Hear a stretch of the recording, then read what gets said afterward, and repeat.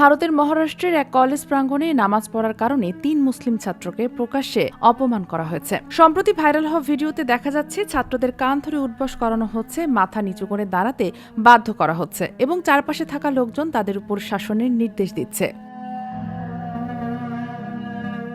প্রথমে অনেকেই বুঝতে পারেননি ঘটনা কোথায় ঘটেছে। পরে জানা যায় বিশ্ব হিন্দু পরিষদ ও বজরং দলের কিছু সদস্য কলেজে ঢুকিয়ে তাদের শিবাজী মহারাজের ছবির সামনে মাথা নত করতে বাধ্য করেছেন। ছাত্রদের জয় শ্রীরাম স্লোগান দিতে বাধ্য করা হয়েছে। ছাত্ররা নীরবে সব সহ্য করছেন এবং আশেপাশের উপস্থিত লোকজন তাদের উদ্দেশ্যে নানা কথা বলছেন।